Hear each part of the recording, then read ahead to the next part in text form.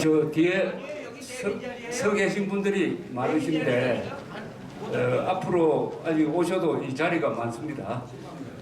제가 이야기를 앞으로 한 40분 조금 넘을지도 모르겠습니다. 이 질문이 있으면은. 자, 그럼 저 2부 강연을 시작을 하겠습니다. 2부 강연의 내용은 이 사건의 실체와 헌법재판소의 판단과 그 이후에 일어날 사태에 대해서 조금 정리를 해드리려고 합니다. 1부에서 우종창 기자가 말을 한 요지는 지금 언론에 의해서 보도된 사실과 법적으로 다투는 문제 사이에는 너무나 큰 괴리가 있다는 거죠. 괴리가. 언론에 보도된 것은 범법 사실만 보도하는 것이 아니고 도덕적으로 문제가 있다, 이런 것도 보도를 합니다. 그러나 형사법으로 다룰 때는 법을 어겨야 그 사건을 다루게 되는 거죠.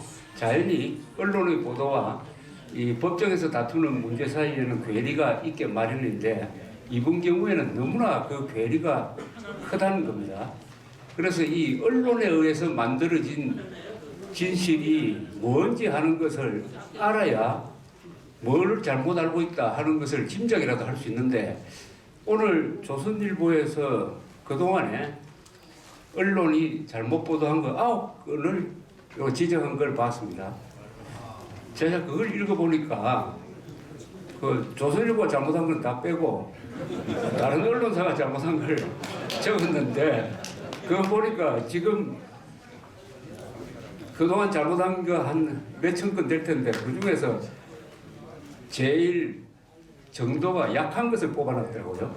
약한 것을 뽑아놨는데 저보고 꼽으라면은 이런 순서로 꼽겠어요. 저는 다 외웁니다. 하도 그걸 많이 봐가지고 이제 외울 정도가 됐는데, 가장 큰 오보 1등은, 가장 크다는 것은 우리 국민들의 인상을 그르치게 만든 것. 그러니까 최순실과 박근혜 대통령을 나쁘게 만드는 방향의 보도에서 제일 컸던 것이 뭘까 하면은 이럴 겁니다. 아마 K스포츠 재단의 이사장은 최순실 씨가 다니던 마사지 업소의 업주였다. 그런 사람을 스포츠 재단 이사장으로 추천했다. 마사지 업소 업주를 추천했다. 더구나 강남에 아줌마가 다니는 마사지 업소, 이걸 공익재단 이사장으로 추천하더니 이게 말이 되느냐? 그 보도가 맨 처음 나왔습니다. JTBC 폭로 전에. 그래서 저 또한 이걸 보고 야, 이거는 정말 문제구나 하는 생각을 최근까지도 갖고 있었습니다. 이 사실 맞죠? 이게 얼마나 마사지라는 거하고 최순실이라는 사람의 이미지하고 그 다음에 박근혜 대통령 비선 마사지가 풍기는 어떤 이미지하고 이게 합쳐져 버렸어요. 이건 완전한 거짓말입니다. 완전한 거짓말입니다. 이게 거짓말이라는 게 언제 나왔느냐? 청문회 때 그 K스포츠 재단 이사장 정동춘이라는 사람이 나왔어요. 그래서 국회의원 여러 사람이 물었어요. 그 마사지 업소에 최순실 씨가 단골로 다니고 조윤선 장관까지도 왔죠 하니까 저는 마사지 한 적이 없습니다. 딱 간단하게 이야기를 해요. 이 사람이 설명을 안 해. 그러니까 물었던 사람들이 좀 충격을 받은 듯이 또 묻습니다. 저는 마사지와 관계없습니다. 또 이렇게 이야기를 해요. 근데 충분히 적극적으로 설명을 해야 되는데, 근데 그거는 기자들이 무시해버리고 요사이도 계속 마사지 센터장이라고 나옵니다. 마사지 센터장. 그래서 제가 한번 전화를 걸었어요. 그분한테. 그래가지고 이력서를 좀 보내달라고. 이 사람 이력서가 근사해요. 우선 서울대학교 사범대학에서 체육학 분야로 석사, 박사 논문을 받았습니다. 그리고 교수, 겸임 교수도 하고 스포츠 센터, 스포츠 조직의 운영 연구위원도 하고, 보니까 아주 열심히 살아온 사람이에요. K스포츠 재단의 이사장으로 추천되어도 모자람이 없는 경력을 갖고 있었는데 갑자기 마사지 업소 주인이 되어버렸습니다. 그러면은 내가 이렇게 물었어요. 그렇더라도 당신이 운영하는 CRC 뭐 스포츠 재활센터 거기에 마사지를 해가지고 사람을 근육을 보호한다든지 하는 그건 당신은 마사지 하지 않지만은 거기에 마사지 기능이 하나 있긴 있을 거 아니냐 하니까 그것도 없답니다. 자기는 마사지를 싫어한대요. 그러면 어떻게 마사지가 붙느냐니까 자기가 번역한 책 중에 발 마사지 뭐 마사지를 통해서 사람을 재활하는 책이 하나 있었대요. 그걸 보고 어느 기자가 마사지 업소 주인이다라고 못을 박았는데 이게 지금까지도 전 언론이 오보를 하면서 문제는 오보를 하는 데서 끝나지 않고 본인이 국회에서 아니라고 했는데도 며칠 전까지도 조선일보는 사설에서 그렇게 쓰고 있습니다. 요거 하나를 보면은 그러면 이게 어떻게 된 거냐? 첫째, 그 이사회가 물었습니다. 왜 가만히 있느냐고. 이걸 언론중재위원회를 하든지 아니면 고소를 해야 될 거 아니냐 하니까 그거를 한두 개를 해야 감당을 하지. 이렇게 전 언론이 오보를 하는 것은 도저히 감당이 불가능합니다. 우병우 수석한테도 내가 물었어요. 당신에 대한 이야기가 거짓말이 너무 많은데 왜 가만히 있느냐 하니까 이 똑똑하고 영민한 검사 출신 이야기가 감당이 불감당이다. 전 언론이 일제히 오보를 하면은 한 개인이 그 상대로 하다가는 24시간 다 그 일만 해야 돼요. 아니 한 언론사가 오보를 하면 상대를 할 수 있지만은 100개 언론사가 동시에 오보하면 어떻게 상대를 합니까? 이 상황을 바로 박근혜 대통령이 당하고 있다고 봅니다. 저는 박근혜 대통령이 느끼는 무력감이 그럴 거예요. 그동안 쏟아지는 이 기사를 보면은 90%가 움츠리, 오보, 왜곡 과정인데 이거 대통령이 일일이 항의를 할 수가 없는 거예요. 본물이 터져버리면 홍수입니다. 홍수. 오보의 홍수. 박근혜 대통령이 거짓의 산이라고 표현한 그 말이 아주 적당해요. 이 상황에서 지난 넉 달 동안 사태가 기획폭로에서 오늘까지 아까 제가 말한 기획폭로, 마녀사냥, 인민재판, 촛불선동, 졸속 국회의 소추, 편파적 지금 탄핵 재판으로 계속 이어지고 있는 것입니다. 이 주범은 언론입니다. 언론. 맞습니다. 주범은 언론의 난입니다. 그 앞에 제가 쓴 책 제목이 언론의 난인데 쉽게 말하면 언론의 반란입니다. 언론의 반란. 우리나라를 바로잡기 위해서는 이걸 언론을 이렇게 두면 안 됩니다. 요사이 아주 훌륭한 사람이 미국에서 귀국해가지고 나타났습니다. 김평우 변호사라는 분. 이분하고 제가 좀 인연을 맺었습니다. 이분이 쓴 글이 인터넷에 돌아다니고 누가 판사가 저한테 하나 보내줬어요. 12월 초에. 그걸 읽어보니까 너무 잘 썼어요. 그런데 김평우 변호사는 그 부친이 김동리 소설가 아닙니까? 그래서 평소에 알고 있었는데 미국에 살고 있더라고요. UCLA 비지팅 프로페서로가 있어서 제가 전화를 했습니다. 그럼 이 글을 하나는 아까우니까 계속 좀 써서 보내줄 수가 없습니까? 우리 종합제닷컴에서 시켰다고 하니까 그렇게 하겠다고 하면서 계속 하루에 하나씩 썼어요. 읽을 때마다 고칠 게 없어요. 너무나 완벽하게 쓰고 문학적으로 쓰고 법리를 쉽게 풀어서 쓰기 때문에 그래서 거의 매일 종합제닷컴에 한 달 동안 연재를 하다가 그럼 이 책을 내자고 해서 낸 책이 요새 잘 팔리는 책이 됐습니다. 제목도 이 사람이 붙였어요. 탄핵을 탄핵한다. 탄핵을 탄핵한다. 탄핵을 탄핵한다. 이 제목은 사실은 책을 만들 때 제목 붙이기가 참 어렵습니다. 근데 본인이 다 붙여 이성 제목이 없어요. 탄핵을 탄핵한다. 만약 탄핵 기각이 되면은 기각이나 각하가 되면은 그 큰 공중에 하나가 우리 김평우 변호사입니다. 이분이 오셔가지고 빨리 또 귀국을 했어요. 아마 청와대에서 대통령이 이 글을 보고 이분을 변호인단에 모시겠다는 생각을 한 것 같아요. 그래서 이분이 들어간 다음에 아주 대통령 변호인단이 활발하게 움직이고 있고 공격적으로 움직이고 있습니다. 지난 2월 22일 날 김평우 변호사가 아주 격정적인 변론을 했습니다. 그것은 그 전문은 조갑제닷컴에 다 실려 있습니다. 그 전문은 오늘 여기 오신 분들한테 하나씩 드리려고 이렇게 가지고 왔습니다. 여기에 다 실려 있습니다. 이걸 가져가서 보십시오. 읽어보시지, 요것만 보면 안 됩니다. 요걸 읽어보시고 동영상을 꼭 보세요. 그 헌법재판소 동영상에 다 나가 있습니다. 한 2시간 동안 이걸 토대로 변론을 하는데 그렇게 재밌을 수가 없어요. 이거 영화 보면 법정 드라마라는 영화가 미국에서 많이 나오지 않습니까? 변호사하고 검사하고 막 다투는 그걸 보듯이 공부가 됩니다. 첫째, 아, 이 사건은 이렇게 봐야 되겠구나 하는 공부가 되고, 이 사건은 우리 민주주의 발전 과정에서 어떤 의미가 있느냐, 그리고 그동안에 얼마나 재판이 잘못되었느냐, 국회가 얼마나 엉터리 짓을 했느냐 하는 것을 이분이 아주 쉽게 설명을 하면서, 이분이 천재입니다. 김동리 선생도 천재인데 그 김동리 선생의 형은 또 더 천재라고 그래요. 그분이 누구신지 아십니까? 김동리 선생 형이 김범부라는 분입니다.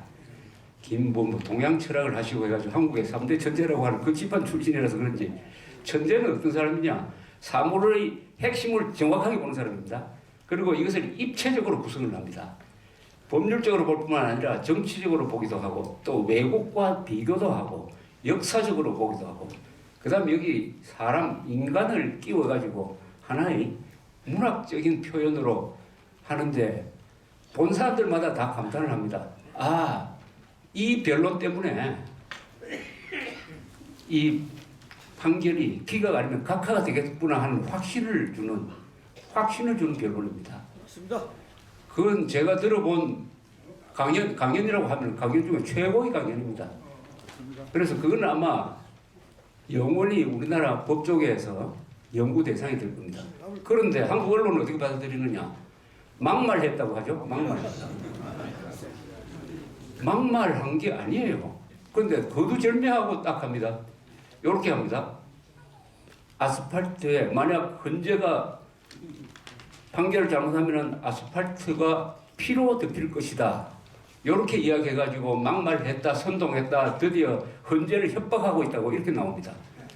그걸 들어보시면은 그게 어떤 맥락 속에서 이야기되느냐, 이런 이야기예요.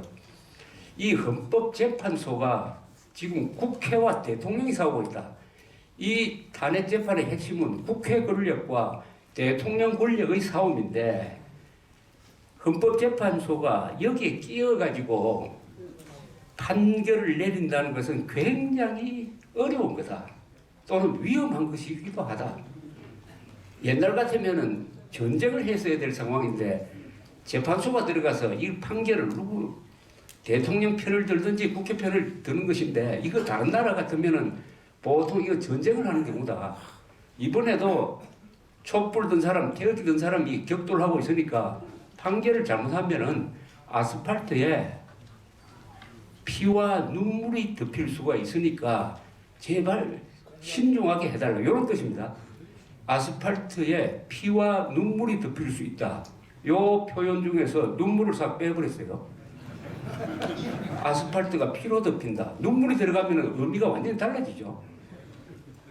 선동하는 게 아니고 제발 이런 사태를 헌법재판소가 막아야 된다.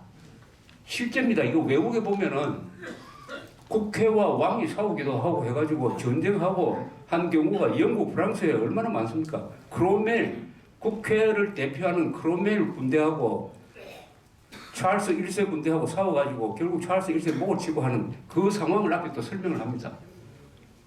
이걸 조선일보 모든 언론이 막말이라고 몰아세우는 이런 세상에 지금 우리가 살고 있습니다. 이것은 언론 독재입니다. 지금 여러분들이 살고 있는 이 나라는 3가지 독재가 진행 중에, 첫째 언론 독재, 검찰 독재, 국회 독재입니다. 이 독재를 무너뜨려야 돼요. 그런데 이 3자가 뭐라고 하느냐? 제왕적 대통령이라고 그래요. 한국에 제왕적 대통령이 없어요. 자기들이 독재하는 것을 감추기 위해서 일부러 대통령이 독재한다고 거짓말합니다. 그래서 개헌을 한다면 말마다 제왕적 대통령의 권한을 약화시키는 방향으로 개헌을 하자, 이딴 소리 하는 거 아닙니까? 앞으로 개헌의 방향은 독재적 국회의 힘을 빼는 방향으로 개헌을 해야 됩니다. 그것을 간단하게 우리 태극기 집회 가면 국회 해산 이래요. 그걸 네 마디로 줄이면 국회 해산이 맞아요. 국회 해산. 물론 국회를 해산할 수 있는 권한을 아무도 갖지 않습니다. 행정부 대통령이 가져야 돼요. 그러니까 국민들이 주권자인 국민이 들고 일러가지고 이런 국회는 안 되니까 국회를 해산하는 차원의 개헌을 하라 이런 뜻 아니겠어요? 그리고 자진 사퇴하는 걸 또 막을 사람은 없으니까 국회 해산을 하지 않으면 대한민국은 민주주의 국가가 아니라는 것을 이번 헌법재판소가 잘 보여주고 있고 그것을 김평호 변호사가 그 변론을 통해서 아주 설득력 있게 이야기를 하고 있습니다. 그런데 그 근사한 변론을 하고 나오니까 오마이뉴스의 그 젊은 기자가 아주 무례하게 이런 걸 들고 다니면서 김평호 변호사 가면 길을 막으면서 자꾸 질문을 해요. 질문을 하니까 김평호 변호사가 제일 처음에는 존댓말을 하더니 나중에 나이가 아들뻘 되니까 하대를 하면서 이야기하니까 거기서 이제 시비가 붙는 장면이 이렇게 비디오에 찍혀서 그것도 유튜브로 보면 들어갈 수가 있습니다. 기자가 이렇게 질문을 해요. 국민들의 70% 80%가 탄핵을 지지하고 있습니다. 어떻게 생각하십니까? 하니까 김풍 변호사가 화를 벌컥 내면서 그건 쓰레기 언론이 만든 여론이자 이렇게 쓰레기 언론이 만든 쓰레기 언론이 만든 70% 80%의 잘못된 여론은 그건 아무것도 아니라는 그런 뜻 아닙니까? 쓰레기 언론이란 말을 했어요. 그래서 쓰레기 언론이라고 했다고 하던데 이 정도의 오보를 하고도 치우지 않으면은 저는 솔직히 말해서 이 쓰레기란 말도 좀 존칭같이 들립니다. 아니 쓰레기는 재활용이 되잖아. 언론의 오보, 왜곡, 날조, 야비한 변화 이거는 정신적인 독극물입니다. 이거 과장을 하는 게 아닙니다. 정신적인 독극물을 먹으면은 몸이 망가지지만은 이번에 김정남처럼 죽기도 하지만은 정신적인 독극물을 먹으면은 정신이 망가지는 거죠. 정신이 망가지니까 최순실을 마녀로 보고 박근혜를 천하의 부패한 여자로 보고 그리고 박정희, 이승만을 독재만 한 사람으로 보고 김정은은 뭐 좀 괜찮은 사람으로 보고 하는 이게 돌아버립니다. 그죠? 이 짓을 하고 있는 게 한국 현재 언론입니다. 한국 언론. 그러니까 쓰레기도 좀 너무 공손한 말 아닙니까? 뭐라고 해야 될지 한번. 아니 45세 이하고 전교조 교육받은 젊은 애들 아닙니까? 그 영향이 있죠. 그러나 그나마 모든 언론이 그런 건 아니죠. 그러나 기자를 저는 특정 기자를 요구한다든지 하는 것 시위장에 가면은 요새 조중동 간판 달고는 취재가 어렵죠. 태극기 집회는 참 그 슬픈 상황인데 이 태극기 집회에 나오는 사람들이 성향은 조선일보 독자가 가장 많아요. 그런데 조선일보를 문재인보다 더 욕을 많이 합니다. 그건 왜 그렇겠습니까? 배신감이죠.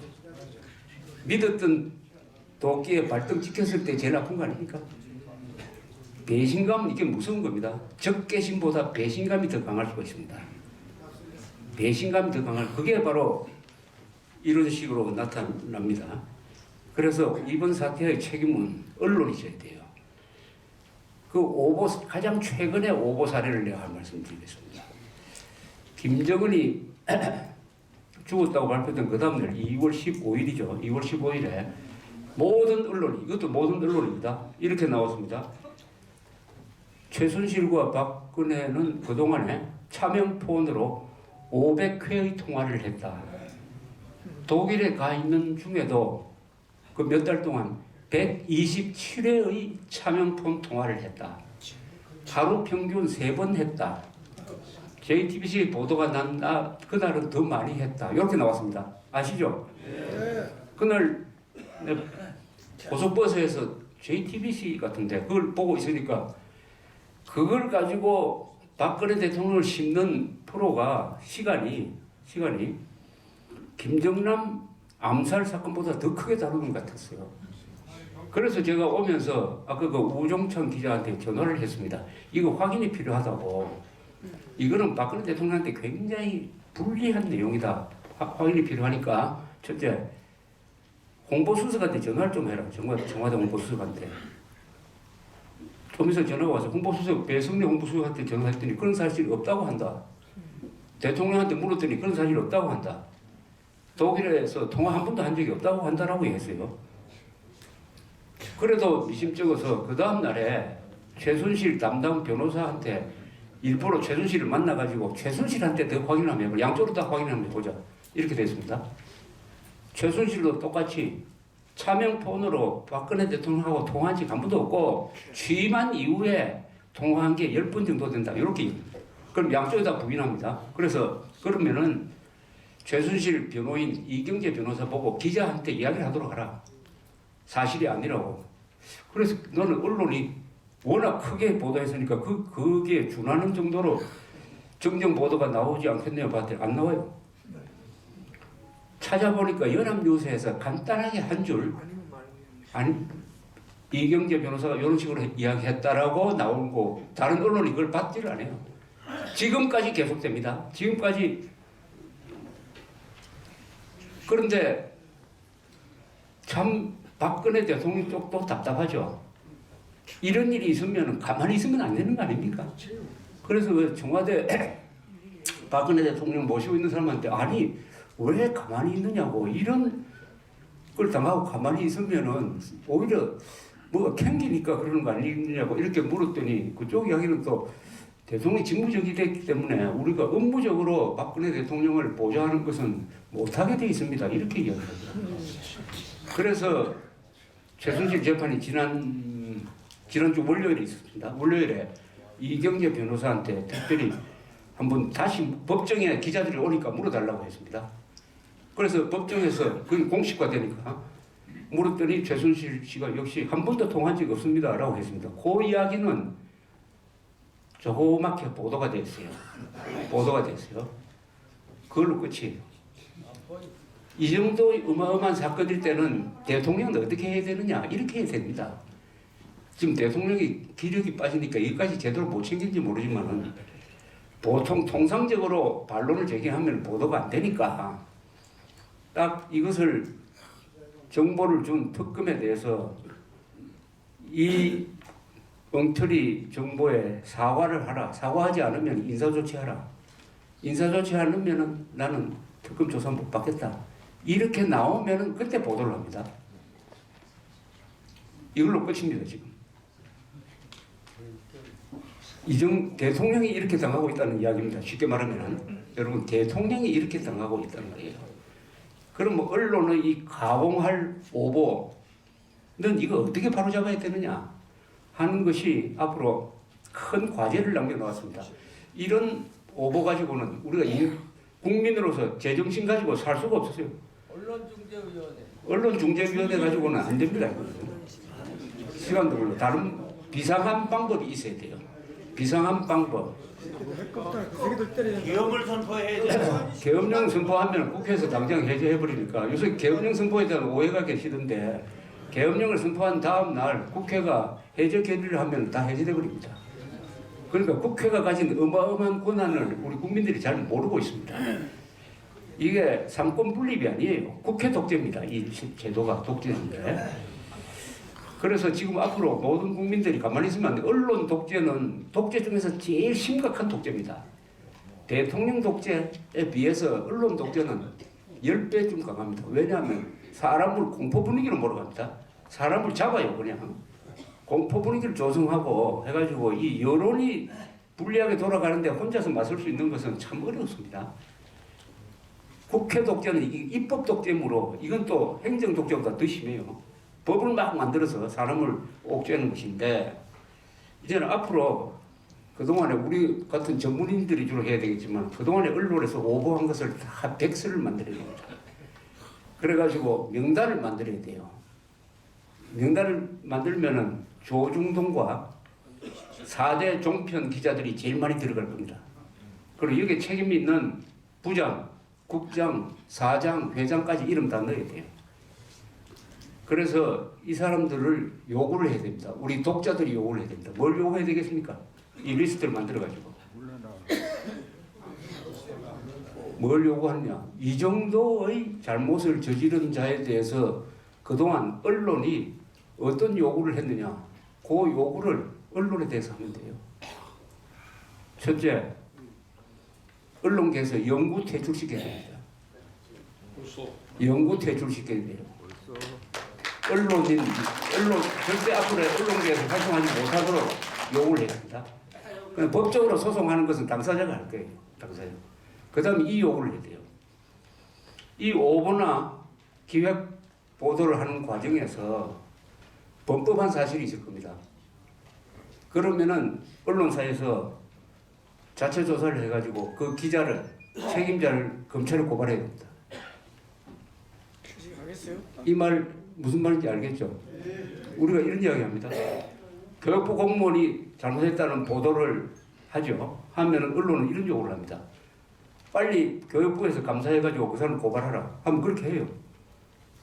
언론은 공기니까 공무원에 준해서 요구를 해야 됩니다. 이 조중동 4대 종편은 공통점이 있습니다. 무슨 공통점이 있는지 아십니까? 경영체제가 족벌 경영입니다. 대를 이어서 3대, 2대 이렇게 하고 있습니다. 족벌 언론이라고 그래요. 여러분, 족벌 언론 나쁩니까? 족벌 언론 나쁘지 않습니다. 그럼 이재용도 나쁩니까? 족벌 언론, 족벌 기업 괜찮습니다. 아니, 일본에는 30대를 걸쳐서 기업하는 회사도 있습니다. 그게 나쁜 거 아닙니다. 자본주의 사회에서는 족벌 언론 허용됩니다. 나쁜 것은 뭐냐? 족벌임을 이용해가지고 선동하는 언론이 나쁜 겁니다. 족벌 선동 언론은 안 된다 이거예요. 더구나 아무리 선동을 해도 이게 족벌 체제를 갖고 있으니까 나는 물러날 염려 없다. 든든하다. 월급쟁이 사장과 달리 나는 아무리 잘못을 해도 처벌 안 받는다. 이런 관점에서 족벌 언론이 선동에 앞장서면 이건 가만두면 안 됩니다. 그래서 족벌 선동 언론은 타줘야 돼요. 족벌 선동 언론은.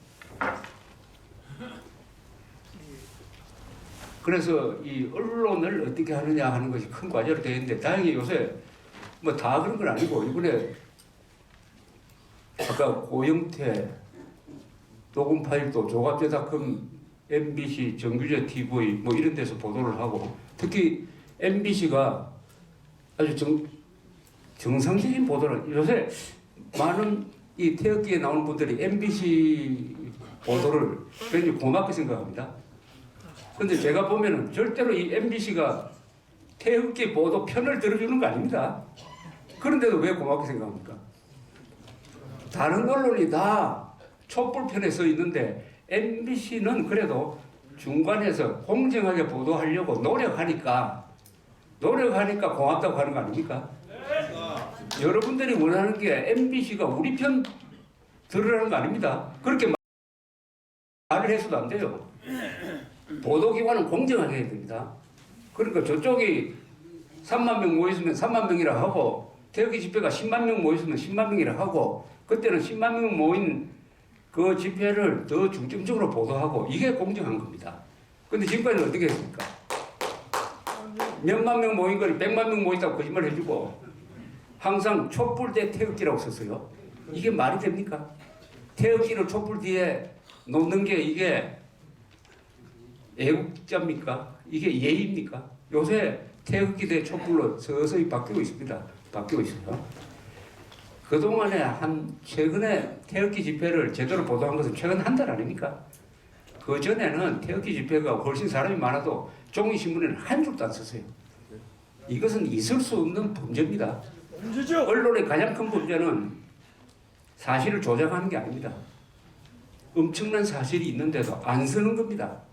안 쓰는 게 가장 큰 범죄입니다. 이것도 반드시 우리가 가려야 이게 자 민주주의 사회입니다. 민주주의 사회는 정권을 잡는 것은 투표를 통해서 합니다. 그럼 유권자의 지지를 받아야 돼요. 유권자는 뭘 따라가느냐? 언론 보도를 따라갑니다. 언론 보도에 결정적 영향을 받습니다. 언론이 일로 가자 하면은 거의 대부분의 국민은 글로 가요. 그러니까 지금 80%의 탄핵 지지라는 여론이 만들어졌어요. 이것은 오도된 여론입니다. 이 오도를 시킨 언론을 바로잡지 않으면 여론은 계속 오도되고 오도된 여론을 이용해서 등장하는 정권은 사기꾼이든지 부패한 자든지 아니면은 이적 세력이든지 이렇게 되는 것입니다. 민주주의 국가에서 언론의 선동을 바로잡지 못하면은 선동 정권의 출현을 막지 못합니다.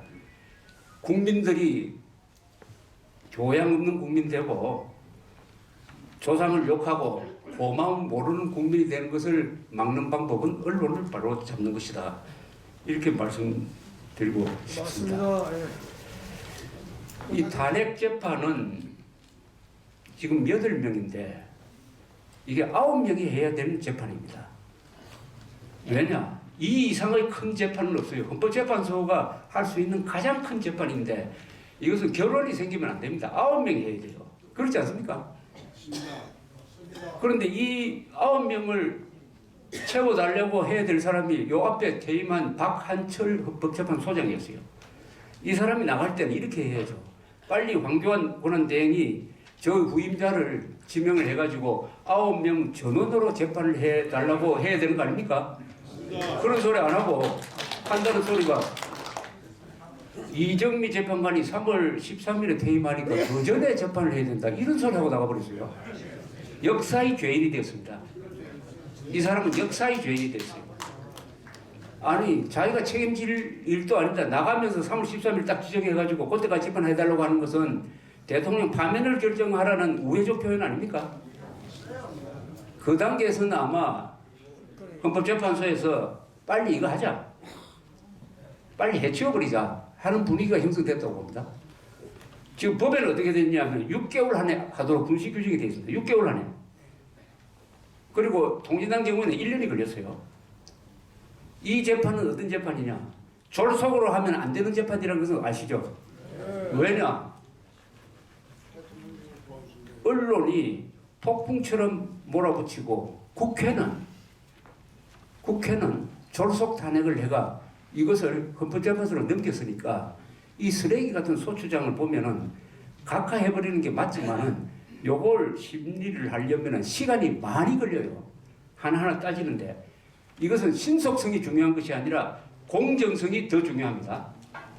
그럼 지금처럼 일주일에 2번, 3번 하는 재판 이거는 무리입니다. 그렇게 해서는 안 되고 시간을 버려야 돼요. 차분하게 해야 됩니다. 그리고 여론도 냉정을 찾고 하는 걸 기다리면서 또 재판관들도 이 진상을 제대로 아는 시간이 필요한데 이런 식으로 3월 13일에 하려고 하는 것 이 자체가 이게 편파 재판을 이미 하고 있어요. 편파 재판을 이미 하고 있다는 것을 아셔야 됩니다. 그 다음에 국회가 잘못한 것을 따지지를 않습니다. 이 김평우 변호사가 가장 집중적으로 지적하는 게 그거예요. 자, 국회가 탄핵 소추를 하는 과정을 보십시오. 국회가 탄핵 소추를 한다는 것은 국회가 검찰 역할을 한다는 겁니다. 탄핵 소추는 고발을 한다는, 대통령을 고발한다는 뜻입니다. 바로 그게. 탄핵 소추 뭐 자꾸 어려운 말 쓰지만은 그럼 고발을 하려면은 자체 조사를 해야 되는 거 아닙니까? 그것도 보통 사람도 아니고 대통령을 고발하는 겁니다. 그럼 대통령을 고발하려면 조사가 있어야 되죠. 그럼 국회가 자체 조사 기관이 있어야 됩니다. 특위를 만들어 가지고 별도의 조사를 해야 돼요. 조사했습니까? 안 했습니다. 아니 안 했는데 어떻게 고발장이 만들어졌죠? 하루만 아니 조사를 안 했는데 증거 조사를 안 했는데 어떻게 대통령을 쫓아내는 고발장이 어떻게 만들어졌습니까? 이게 미스테리 아닙니까? 아니 조사를 해야 될 거 아닙니까? 조사 어떻게 만들어졌느냐? 소추장 읽어보면은 검찰 수사 기록을 표절한 겁니다. 언론 보도를 표절한 거예요. 이건 표절 소추장입니다. 표절입니다. 표절. 이거 하나만 가지면 이거 각하죠. 두 번째입니다. 그 다음에 국회에 이 안건을 올려가지고 국회에 토론이 있어야 되는 거 아닙니까? 이걸 놓고 토론이 한 번도 없었어요. 바로 표결로 들어갔습니다. 한 번도 없었어요.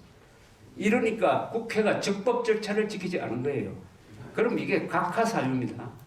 그런데 놀랍게도 이 헌법재판소의 심리를 시작을 할 때 지금 욕을 많이 먹고 있는 강모라는 그 재판관이 양쪽 변호사를 불러가지고 노무현 재판 때도 국회에서의 탄핵 소추 과정에 대해서는 우리가 따지지 않기로 했으니까 이번도 이거 따지지 말자 이럽니다.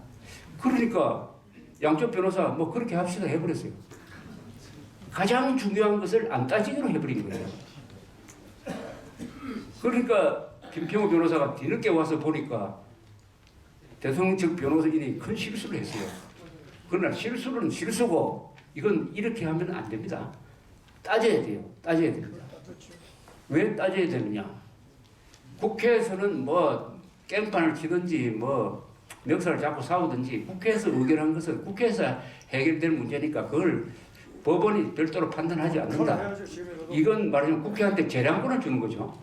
재량권을 주는 것인데 이게 일견 국회라는 권위 있는 기구의 독자성을 인정하는 것 같지만은 똑같은 논리로 한번 생각해 봅시다.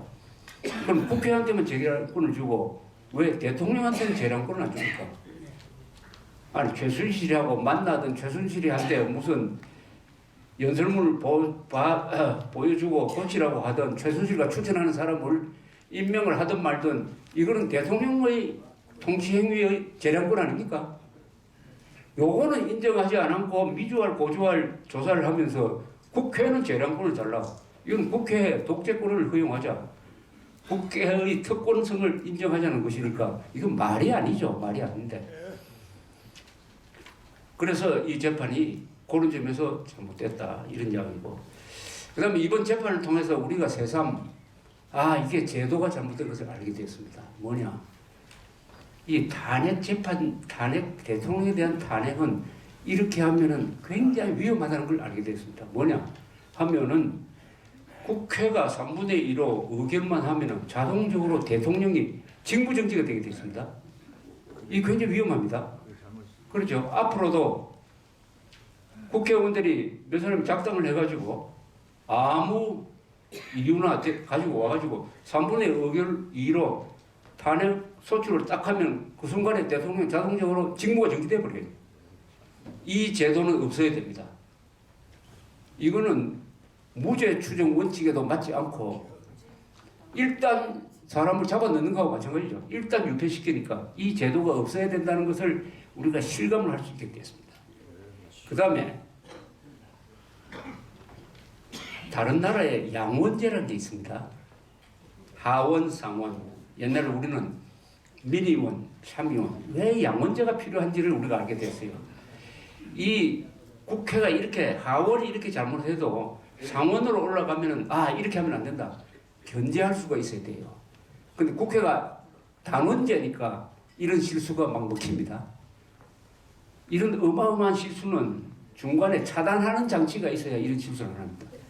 그 다음에 또 뭐냐, 여러분 닉슨이 탄핵 직전에 물러난 거 아시죠? 그 다음에 누가 대통령이 됐습니까? 같은 당에서 부통령이 포워드가 대통령이 됐습니다. 정권이 바뀐 게 아닙니다. 정권이 바뀐 게. 미국에서는 탄핵 당하더라도 공화당 정권은 그냥 가요. 4년 동안. 부통령 선거가. 그런데 우리는 어떻습니까? 부통령제가 없어요. 부통령제가 없으니까 대통령이 탄핵 당하면 당장 선거를 해버려요. 선거도 60일 안에 해야 됩니다. 60일 동안 선거해가지고 당선된 사람은 바로 그 다음 날부터 취임을 해야 돼요. 모든 선거 일정이 엉망진창이 되고 이 60일 동안의 선거는 아주 어려운 선거가 되고 그동안 당선됐을 때 뭘 할 거냐 하는 준비도 하지 못합니다. 이렇게 되면 다음에 등장하는 정권도 아주 취약한 정권이 될 겁니다. 그러니까 우리가 개헌을 통해서 이 헌법재판소의 이 탄핵 제도도 고치고 헌법에 있는 대통령에 대한 직무정지 조항을 없애고 그리고 부통령제를 신설하고 하는 이런 게 필요하다는 것을 알게 되었는데 이런 것을 역설한 사람이 김평우 변호사 한 사람밖에 없습니다. 저도 그걸 듣고 나서 아 그렇구나 하는 것을 느꼈습니다. 그러니까 어떤 정치학자나 어떤 국회의원도 이 주장을 하지는 않았어요. 그러니까 이번에 이 사태가 잘 풀린다면은 이런 제도적 위험성을 우리가 가져가야 됩니다. 그 다음에 이 탄핵은 이번에 진행되고 있는 이 탄핵의 본질은 뭐냐? 박근혜 대통령 탄핵이 아닙니다. 이것은 대한민국에 대한 탄핵입니다. 그걸 느끼셔야 됩니다. 그렇지 않습니까? 대한민국에 대한 이 탄핵을 주도하는 세력의 이념, 그동안의 행적을 보면은 박근혜 대통령이 남북한 관계에서 통진당도 해산시키고 북한에 대해서 엄정한 태도를 취하니까 남북한 좌익 세력들이 작당을 해가지고 그 사람들이 핵심 세력이 되어가지고 촛불 시위를 주도하고 거기에 대해서 북한 노동신문이 잘한다고 칭찬을 하고 여기에 바로 조중동이 합세를 해가지고 그걸 평화 시위니 촛불 민심이니 100만 명이니 이런 식으로 과장을 해가면서 하려는 것은 바로 박근혜 대통령을 파면시킴으로써 박근혜 대통령으로 대표되는 한국의 반공자유민주 세력을 작살내겠다는 겁니다. 이건 체제를 바꾸겠다는 탄핵이에요. 이걸 알아야 됩니다. 체제를 바꾸겠다는 탄핵이라는 것을 헌법재판관들이 알아야 돼요. 잠깐만요. 이것은 법률적 조금 잠깐만요. 나중에 써가지고 주세요. 이거는 법률적 재판이 아니고 역사적 재판이고 이념적 재판이고 그러면은 체제를 바꾼다는 게 뭡니까? 체제 탄핵이 가지고 있는 의미가 뭡니까? 만약 박근혜 대통령이 파면되면은 인용이 되면은 어떤 일이 벌어질 것 같습니까? 첫째, 촛불혁명이 성공했다고 일어납니다. 촛불혁명 기념일을 만들자. 촛불혁명 기념탑을 광화문에 세우자. 그리고 박근혜 대통령은 역대 최악의 대통령이다. 지금까지 어느 대통령도 파면된 적이 없다.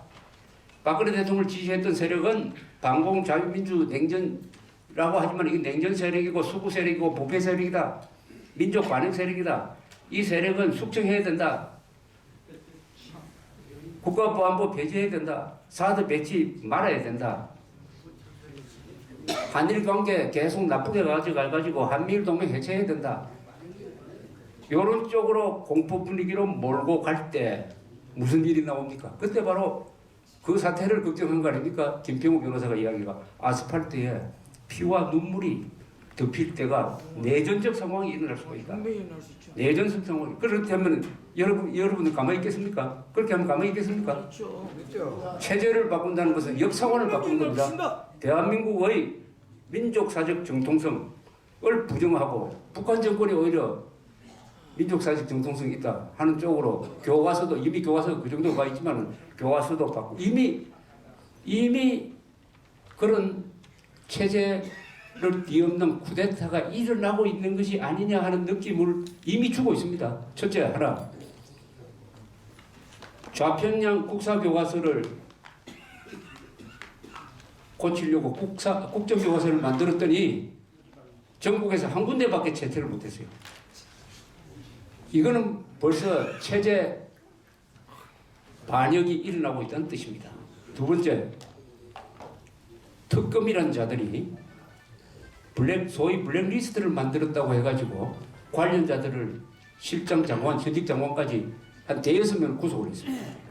요건 뭐냐? 블랙리스트란 말이 존재도 안 해요. 그것은 문제단체 관리 방안이라는 건데 이건 뭐냐?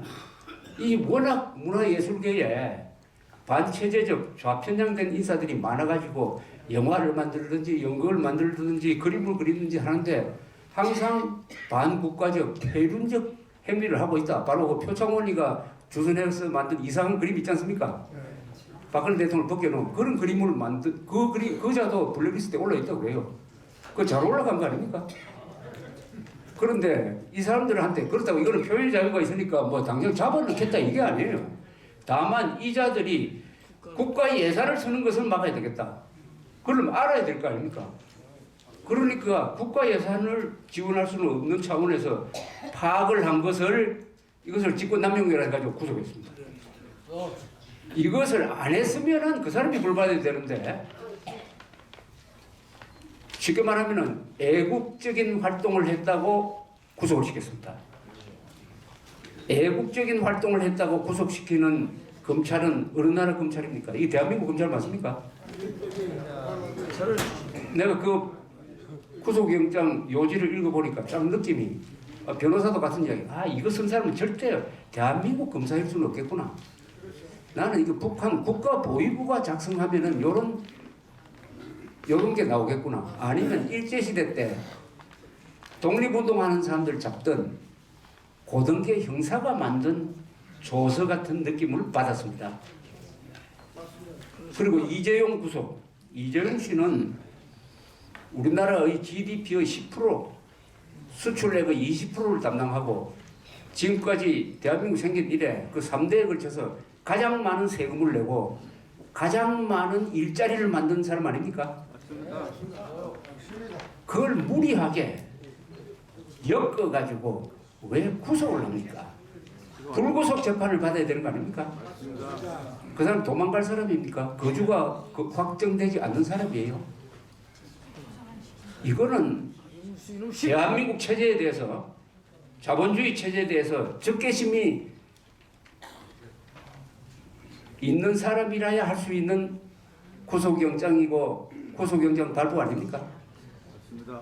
특검을 욕을 많이 하지만 저는 여기에 도장을 찍어준 판사를 묻고 판사를 원망하고 싶습니다. 자, 이런 걸 다 합치면은 김정은하고 싸운 박근혜 대통령 좌편향 예술인들한테 국가가 이용당하는 것을 막으려고 한 사람, 가장 많은 일자리를 만들어준 경제의 대통령 격인 이재용, 이 세 사람을 골라서 공격을 하고 있는 이 세력이 탄핵 주도 세력과 연결돼 있어요. 그럼 이 세력이 원하는 것은 절대로 우리가 누리는 자유민주주의 체제가 아니고 다른 체제를 원하는 거 아니겠습니까? 그럼 여기에 거짓말로 시작된 기획폭로로 시작된 이 사기적 소매치기 방식의 이 정권 탈취극에 헌법재판관들이 합세를 해버리면 체제가 넘어갑니다. 문제는 대통령 인용 판결을 했을 때 우리가 뭘 할 거냐는 거죠. 요새 언론에 이렇게 나옵니다. 김평우 변호사를 욕을 하면서 김평우 변호사가 지난 토요일에 서울역 여기 광화문 여기서 나와서 이런 이야기를 했어요. 자꾸 잘못된 판결도 승복하라 하는데 어떻게 불법에 승복할 수 있느냐? 우리가 노예냐? 우리가 조선주의에 살고 있느냐? 헌법을 파괴한 헌재의 판결에는 승복할 수 없다. 맞습니다. 이렇게 이야기합니다. 이게 정답입니다. 이게 정답이에요. 정답입니다. 국민이 주권자예요. 명백한 잘못된 판결에 대해서 뭐 할 수 없지. 이러면서 체제가 소매치기 당하는 것을 구경만 하고 있으라는 이 언론은 왜 그렇게 하느냐? 그렇게 해야 박근혜 대통령을 몰아내야 박근혜 대통령을 몰아낸 다음에 태극기 12대가 들고 일어나지 않아야 그동안에 자기들이 저질렀던 무수한 범죄적 조작에 대해서 면죄부를 받을 수 있을 것이라고 생각하는 거예요. 이거는 완전히 공범 집단입니다. 이걸 한국 언론계는 전부 공범 집단이 됐어요. 몇 개 언론사 빼고 공범 집단이 돼가지고 워낙 오보를 많이 해놓으니까 서로가 서로를 약점을 잡았어요. 그러나 태극기 집회에 나오는 깨어있는 국민들이 무서운 거죠. 무섭습니다. 그러고 반드시 대가를 치르게 될 것입니다. 그러면은 국민저항운동을 해야 돼요. 국민저항운동. 국민저항운동이라는 것은 뭐냐? 국민저항권이라는 것을 우리는 가지고 있습니다. 그건 헌법에 적혀 있지 않습니다만은 모든 자연법에서 허용하고 있는 것이 국민저항권입니다. 그것은 이런 개념입니다. 국가기관이 폭력을 이용을 해가지고 우리가 당연히 누려야 할 인간의 기본권을 말살하려고 할 때 국민들이 들고 일어나가지고 저항하는 겁니다. 그래서 그 독재 권력을 바꾸는 거예요. 그쪽에서 폭력을 행사할 때는 다른 수단이 없으면 우리도 대응해서 폭력을 행사해도 그것이 허용이 되는 것을 국민저항권이라고 하고 우리나라 역사에서 2번 국민저항권이 허용됐습니다. 판결에 의해서 첫째는 4.19 혁명, 두 번째는 5.18 광주 사태입니다. 이때는 진압한 사람들이 죄인으로 몰렸어요. 이번에도 이 경우를 적용한다면은 국민저항권 행사의 논리를 우리가 갖출 수 있다고 생각을 합니다. 문제는 어떤 방식으로 하느냐인데 전번에 여기 보니까 탕기국의 정광용이라는 분이 연설을 하면서 우리는 비폭력적 방법으로 하겠습니다. 이렇게 이야기하면서 때리면 맞읍시다. 죽이면 죽읍시다. 그러나 폭력을 써야 될 때는 내가 앞장서겠습니다. 이렇게 이야기했는데 아주 근사한 말을 했어요. 내가 들어보니까. 비폭력적 저항운동이 가장 효과가 있죠. 그러나 그것도 한계가 있겠죠. 북한하고 손잡고 인민군을 서울로 불러들일 때 그때 비폭력 저항이 되겠습니까? 안 됩니다. 헌법 제5조에 국군은 국가의 안전 보장과 국토 방위의 신성한 의무를 다하면서 정치적으로 중립한다. 이런 대목이 있어요. 국가 안보의 최종 보루는 국군입니다. 우리는 국군. 그러나 정치적으로는 중립해야 돼요. 그것은 어느 정당 편을 들면 안 된다는 겁니다. 그러나 정체성에서는 중립이 없습니다. 그 차이 아시겠죠? 정체성에서는 중립이 없어요. 공산주의와 자유민주주의 사이에 국군이 중립하면 되겠습니까? 됩니다. 이럴 때 모든 국민들이 이거 안 되겠다. 이 좌익 정권 저놈들이 북한하고 손을 잡고 자유민주주의를 파괴하려고 한다. 한미동맹도 해체하려고 한다. 대한민국의 자랑스러운 역사를 다 뒤집어가지고 완전 저항운동사로 만들려고 한다. 이승만, 박정희 무덤 다 파헤치려고 한다. 이거 가만히 있을 수 없다. 그런데 우리는 힘이 없다. 그럼 국군이 헌법 제5조에 따라서 국가의 안전보장을 위해서 출동하라는 요구까지 할 수 있다고 봅니다. 그게 국민저항권이 거기까지 가면 안 되죠. 그러면 헌법재판소가 어떤 판결을 해야 되느냐 하는 데 대해서 이 김평우 변호사가 절묘한 아이디어까지 줬습니다. 헌법재판소가 이런 엄청난 판결을 하기에는 8명의 재판관으로서는 역부족이다. 이런 정치 투쟁에서 어느 한편을 든다는 것은 매우 위험하니까 씨를 뿌린 자가 거두도록 해야 된다. 씨를 뿌린 자가 누구냐? 국회다, 국회. 국회가 이런 엉터리 소추안을 냈으니까 이런 엉터리 소추안 가지고는 재판이 안 된다 하니까 각하를 해버리라 이겁니다. 그럼 간의 지각이 아니라 간의 각하를 해버리면 어느 쪽으로부터도 욕 안 묻고 국회가 욕 묻게 된다. 공을 국회로 넘겨버리라. 이런 절묘한 아이디어를 냈는데 모르겠습니다. 아마 헌법재판관들이 고민하고 있을 거예요. 이게 오늘날까지의 현재 상황임을 보고 드리면서 여기 몇 개 지금 질문이 들어와 있습니다. 이 질문에 대해서 다 답변을 할 수 있을지 모르겠는데요. 한 4시 장소 사항도 있었고 4시 반까지만 이야기하겠습니다. 뭐 단기국도 바뀌었어요. 분명으로 비폭력이 아닌데 우리도 바뀌었다고 그래요. 켈러부터 만들었어요 이번에. 차명폰으로 박 대통령과 최순실과의 통화한 사실이 없다고 말씀한 내용에 의문이 있다. 정호승 비서관이 차명폰 수십 대 만들어 대통령에 들었다고 검사에게 진술했습니다. 이거 믿을 수 없습니다. 이 보도를 믿을 수가 없습니다. 차명폰 쓸 수 있다고 봅니다. 차명폰이든 실명폰이든 대통령은 그거 쓰는 것까지 우리가 간섭할 수 없어요. 다만 최순실하고 전화하지 않았다는 주장이 양쪽으로부터 나왔으니까 현재 단계는 나는 그 두 사람 말을 믿고 그동안 거짓말을 너무 많이 해온 특검과 언론은 믿고 싶지가 않는데 이것은 이번 특검 발표를 보고 확인될 겁니다. 두 번째 질문. 언론이 나는 과거 전두환 대통령이 시행한 언론 정화와 사이비 기자의 정리는 어떻게 했는지 평가해 주시기 바라며 현 시점에서 이를 적용할 수는 없을까요? 이거는 시대가 너무 바뀌어서 이런 방식으로는 안 됩니다. 이거 그때는 계엄령을 펴고 나서 했으니까 또 이것이 일시적으로 됐고 또 시간 지나니까 또 돌아와 버렸어요. 제일 좋은 언론의 정화 방법은 양심 있는 언론인이 일어나도록 해야 돼요. 언론사 안에도 양심 있는 사람들이 있습니다. 그 안에서 야 이래가지고는 우리가 창피해서 못 다니겠다. 우선 처자식 보기가 부끄럽다. 전부 날 보면은 쓰레기라고 한다. 뭘 해 이렇게 이제 나오도록 만드는 게 가장 원천적인 것이고 그렇게 나오려면은 바깥에서 좋은 아이디어가 하나 있어요. 여러분 언론 방문단을 만드세요. 언론사 앞에 시위하지 말고 한 100명이 언론사를 방문하세요. 아, 방문하는데 안 받아주면 됩니까? 찾아가라 이겁니다. 사장 찾아가가지고 한 100명이 그 로비에 딱 앉아 있으면은 어떻겠습니까?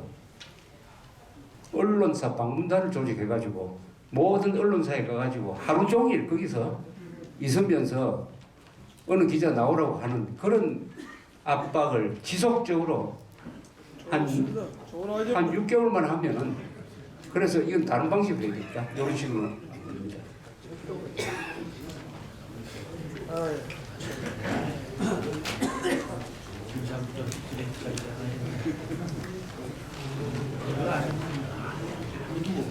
지금 계엄령 선포를 해야 된다고 주장하는데 그 장군 공무소장 한성주 예비역 공군소장은 지금 시간이 촉박하오니 계엄령을 선포해야 된다고 합니다. 황교안 대행이 할 수 있다고 합니다. 이건 안 된대요. 전시에 준할 때만 합니다. 전시에. 대한민국 전쟁이 나가지고 포위됐을 때만 하고 반란군들이 일어나가지고 청와대에 담을 넘어오고 할 때는 위수령 아니면 계엄령을 선포할 수 있는데 그 다음에 국회가 그 다음날 의결을 해가지고 계엄령 선포를 해제하라고 하면 해제해야 됩니다. 국회가 이런 막강한 권한을 가지고 있습니다. 지금은 이 주장을 할 때는 아니라고 생각합니다. 그러나 질서가 엉망진창이 돼가지고 좌익들이 무장해가지고 총 들고 나올 때는 계엄령 선포를 해야죠. 그때는 국회도 아마 해제 못할 겁니다. 그런 상황이 계엄령을 부르는 것입니다. 그런 상황이 오기 전에 계엄령 펴자고 하면은 이게 오히려 대말리니까 이런 말은 아주 조심할 필요가 있습니다. 우리가 너무 과격한 말을 하면은 그게 우리를 잡습니다. 또 상대방을 잡기 위해서 거짓말을 요새 많이 만들어요. 요새 그 거짓말에 소환 능력하는 사람이 많아요. 저쪽도 만들고 이쪽도 만드는데 상대가 거짓말 하니까 우리도 거짓말로 잡자고 하는데 그러면 절대 안 됩니다. 거짓말은 진실로 잡아야지. 거짓말을 잡자고 내가 거짓말하기 시작하면 그때부터는 우리가 완전히 대말린다는 것을 말씀드리고 싶어요. 시원하긴 하겠지만 박 대통령이 주변 인물인 최순실 관리를 못하고 최순실이 국정농단을 하도록 방치했다는 제목으로 탄핵을 인용하려는 게 아닐까요? 이 질문이 아주 좋은 질문인데요. 이게 탄핵이 인용되려면은 두 가지 조건이 갖추어져야 됩니다. 법리적으로. 첫째, 헌법 위반이든지 법률 위반이 있어야 됩니다. 근데 박근혜 대통령 소추장을 보면은 법률 위반, 헌법 위반이 될 만한 사안이 저는 없다고 봅니다. 뇌물죄는 억지로 엮는 거고. 그 다음 두 번째가 있어요. 그 중대성이라는 게 있어야 됩니다. 위반인데 이것은 사소한 것이다. 대통령을 파면해가지고 단임제 5년 대통령이라는 이 제도를 허물 정도의 잘못은 아니다. 요게 이제 노무현 대통령이 파면을 면한 이유였습니다. 그래서 위법성과 중대성이 같이 있어야 돼요. 그런 점에서 이 최순실이가 추천한 사람을 장관 교육문화수석으로 임명했다. 이것이 대통령을 파면할 중대성이 있느냐? 이것은 우선 위법성이 없어요. 중대성도 없습니다. 이것은 사안이 안 됩니다. 꼭 내가 재판관처럼 이야기하고 있는데 국가기밀 누설죄 이거 성립이 안 됩니다. 그 연설문 그 국가의 기밀 아닙니다. 세월로 7시간은 이것을 제기한 사람은 잘못했어요. 아마 대통령 판에 기각을 할 때는 요걸 가장 중대하게 선물 겁니다. 아니 도대체 교통사고하고 대통 책임이 무슨 관계가 있느냐? 이게 무슨 생명권을 대통령이 헌법에 보장하는 생명권을 위반했다고 하는 거야. 이거 말도 아니다. 여기에 방점을 띄어가지고 아마 기각 사유를 쓸 가능성이 많습니다. 이것은 저쪽이 잘못한 겁니다. 박 대통령이 미용 시술을 했다면 이것도 죄가 되는가? 이렇게 죄가 된다면 우리 여성들 전부 다 감옥에 가야 되니까. 그러니까 참 기가 막힌 오보가 쏟아지니까 이게 기가 막힌 이거 정상적인 국가에는 절대 이런 게 없습니다. 이걸 보면 우리가 미개 국가가 맞아요. 아무리 잘 먹고 잘 살아도 이런 짓 하고 있는 국회의원이 있고 언론인이 있고 정치인이 있고 판사 검사가 있다면 이건 미개 국가가 많습니다. 국민은 깨어 있는데 위에 상류층이 미개 상태다. 이런 거 아니겠습니까? 그 다음에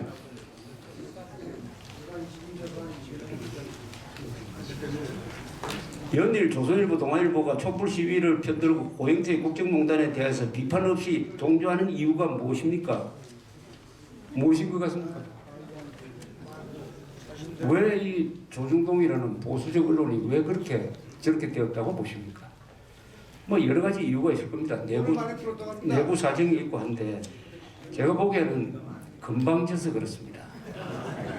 이 언론의 오만입니다. 언론은 뭘 해야 되느냐? 사실을 보도하는 겁니다. 이쪽 의견 저쪽 의견을 공정하게 보도하는 자동차 도로 같습니다. 도로. 자동차 도로에는 못난 차도 다니고 잘난 차도 다녀야 되는데 그 이상한 교통순경이 써가지고 까만 차는 다니지 마. 작은 차는 빠져. 이러면 이게 되겠습니까? 이런 짓을 하고 있는 게 한국 언론입니다. 자기 입맛에 맞는 사람은 잘 써주고 입맛에 맞지 않은 사람은 깔아뭉개버리고 우병우 수석이 뭐 장모 땅 비리 있다 그 거짓말. 나 그거 완전 조선일보 오보라고 보는 사람이에요. 그러니까 왜 그렇게 써놓고 왜 몰아내지 않느냐, 왜 사퇴시키지 않느냐고 또 욕을 해요. 아니 우리가 언제 헌법에 청와대 비서진의 인사권은 조선일보에게 준다는 그런 조항이 있습니까? 언론에게 준다는 조항이 있습니까? 언론은 그런 권한이 없어요. 우리 기자들이 착각을 해도 이 기자들이 지금 자기는 권력자라고 착각을 하고 있습니다. 권력자라고 착각을 하고 권력기관, 보도기관이 권력기관이 되니까 이 기자들이 기사를 써가지고 거짓말을 하면은 대통령을 몰아낼 수도 있다 하는 습관이 체질화돼서 오만의 습관이 체질화돼서 이런 꼴을 만들었으니까 이번에 그 건방진 한국의 언론을 반드시 응징해야 됩니다. 응징.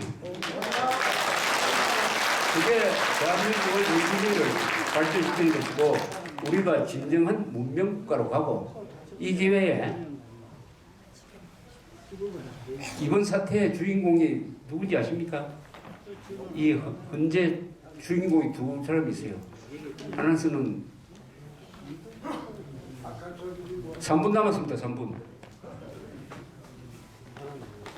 김무성으로 대표되는 요새 바른정당에 가 있는 그 배신자들 있잖아요. 이념적 배신자. 또 당명은 근사하게 만들어가지고 바른정당이라고 그래요. 그게 바른정당입니까? 삐딱정당이에요. 삐딱정당. 그 자들 자연히 벌받을 겁니다. 그리고 조중동입니다. 조중동의 배신. 이게 이런 사태를 만든 책임자들입니다. 반드시 대가를 치르도록 만들어서 이번 기회에 오히려 우리 보수 세력, 우리 우파 세력이 우리도 힘을 쓸 수 있다. 우리도 좌파하고 거리와 광장에서 맞짱 떠서 이길 수 있다는 자신감을 가진 거 아닙니까? 이걸 확대시키면은 이제 좌익 세력 두렵지 않고 좌익 정권이 들어서더라도 흔들 수가 있고 반드시 헌법의 힘으로 우리가 조직의 힘으로 이길 수가 있으니까 전화위복이 난 될 거라고 봅니다. 우리 민족의 저력을 생각하면 그러려면 알아야 됩니다. 알아야 됩니다. 제가 여기 올 때마다 항상 책이나 문서를 많이 가져오는데 이념투쟁에서는 아는 사람이 이깁니다. 호환만 막 지른다고 되는 게 아니에요. 알고 우리가 공부를 해야 됩니다. 알고 나눠주고 그렇게 함으로써 제1의 6.25는 무력전쟁이었지만 제2의 6.25는 이념전쟁입니다. 이념전쟁은 많이 아는 사람이 이기는 전쟁입니다. 여기서 이기도록 노력합시다. 감사합니다.